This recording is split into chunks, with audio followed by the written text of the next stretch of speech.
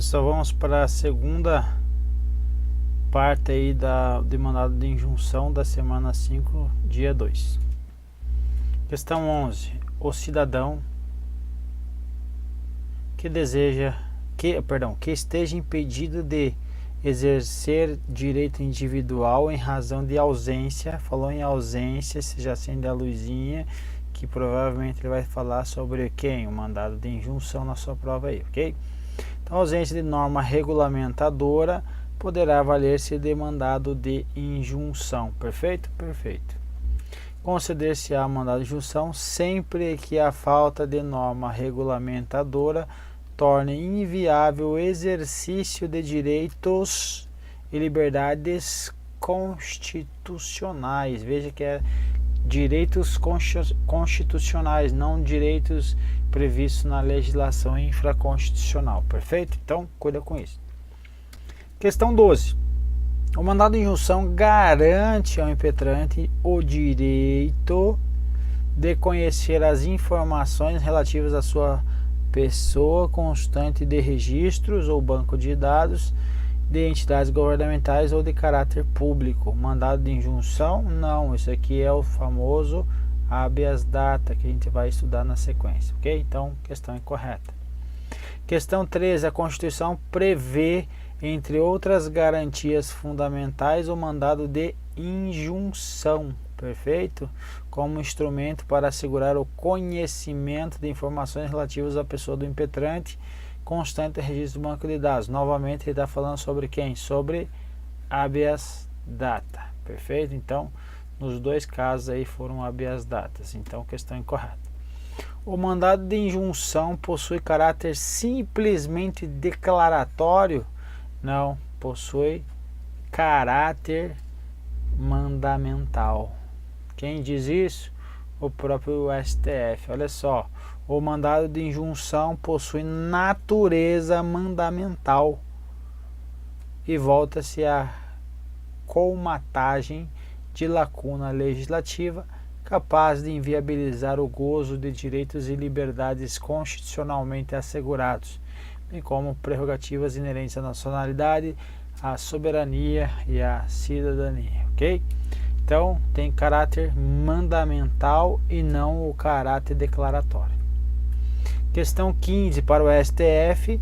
Decisão proferida nos autos do mandado de injunção poderá, desde logo, estabelecer a regra no caso concreto, de forma a viabilizar o exercício do direito de liberdades constitucionais, as prerrogativas à nacionalidade, à soberania e à cidadania, afastando as consequências da inércia do legislador. O que ele está dizendo aqui?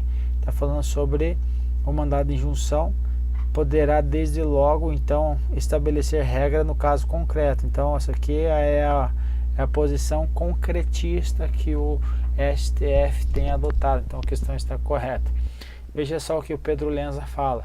Por todo o exposto, parece-nos que, diante da inércia não razoável do órgão que deveria normatizar a matéria, o judiciário, em uma postura ativista, passa a ter elementos para suprir a omissão, como se verificou em vários exemplos, fazendo com que o direito fundamental possa ser realizado.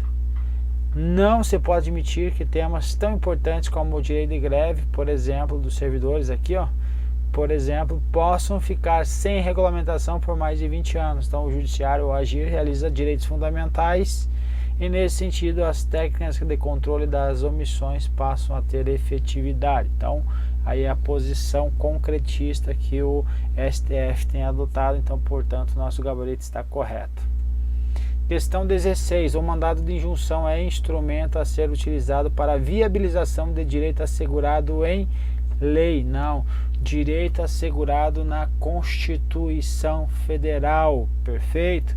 Mas sem regulamentação das autoridades competentes. Ok? Então, cuida com a casca de banana aí.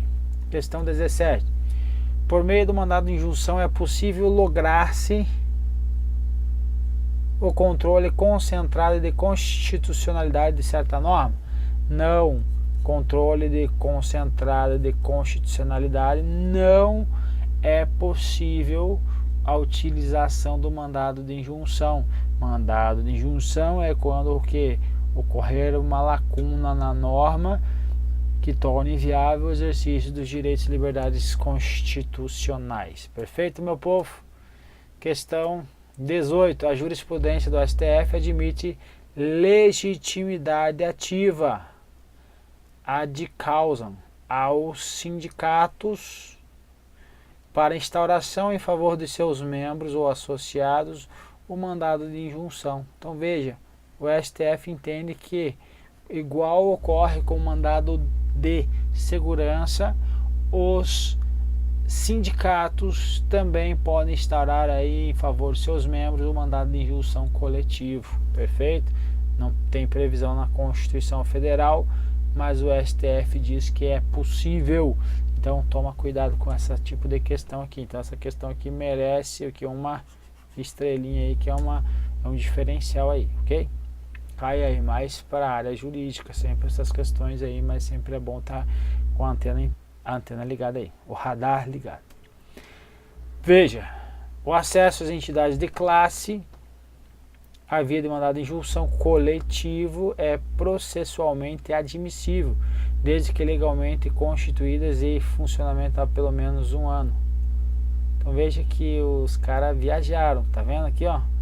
Não tem previsão. O ministro Carlos Veloso aí, velhinho, tá ficando louco quando colocou aí entidade de classe aí com funcionamento há pelo menos 1 ano. Quando eu for falar no mandado de segurança, esquece isso, perfeito? Mandado de segurança é somente associações. Aí o velhinho ficou louco e disse que a entidade de classe tem que estar em funcionamento há pelo menos 1 ano aí por causa do mandado de injunção. Então ele está legislando aí. É uma coisa, um fato novo, perfeito? Então não confunda com o mandado de segurança.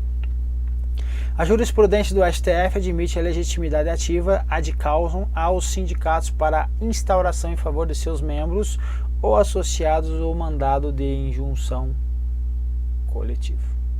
Ok? Então, aí o STF se pronunciando. Questão 19.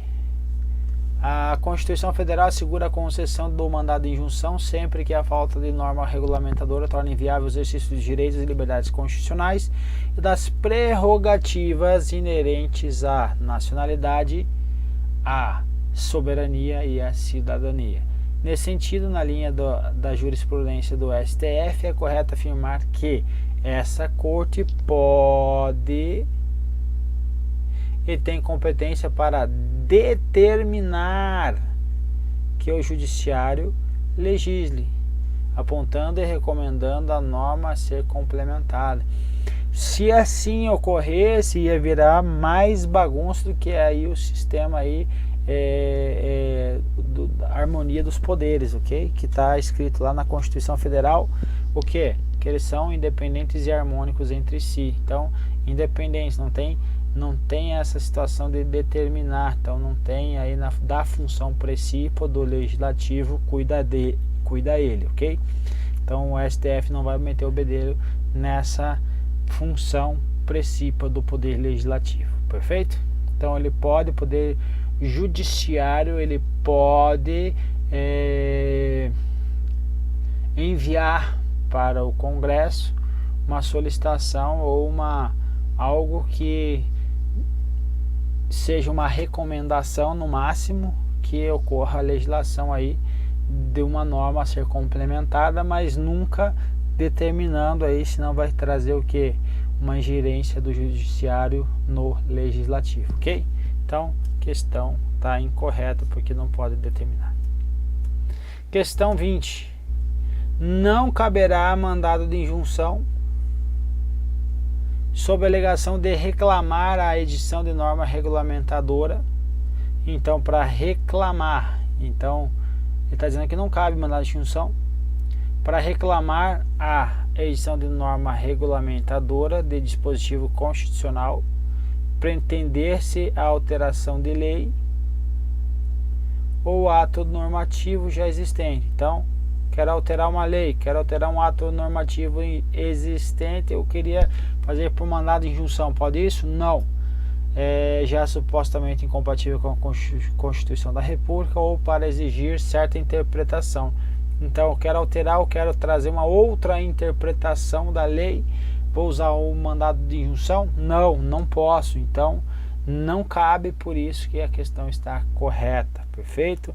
Não caberá, então, portanto, o mandado de injunção para, sob a alegação de reclamar a edição de norma regulamentadora de dispositivo constitucional, pretender-se a alteração de lei ou ato normativo já existente, supostamente incompatível com a Constituição Federal, ou exigir-se uma certa interpretação, a aplicação da legislação infraconstitucional, ou ainda para pleitear uma aplicação mais justa da lei existente. Veja que está incorreto, então não tem condição da questão estar,